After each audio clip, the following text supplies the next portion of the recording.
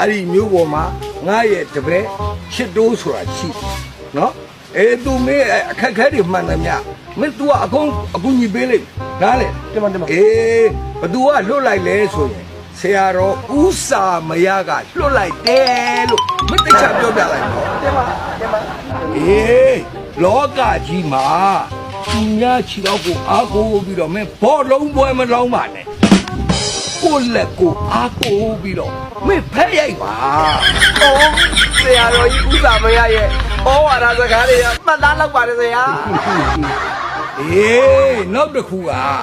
စူးစားလို့မှဖြစ်မလာရဲ့မစူးစားပါနဲ့တော့တခါရတင်ပါဗျာဘဝကိုအရှုံးမပေးတဲ့တသနာတွေပေါ့ဗျာဗျာတပည့်တော်လဲကြရင်ပြန်ထပြီးနောက်တစ်လုံးဆက်တောင်းနိုင်အောင်ကြိုးစားပါမယ်ဗျာ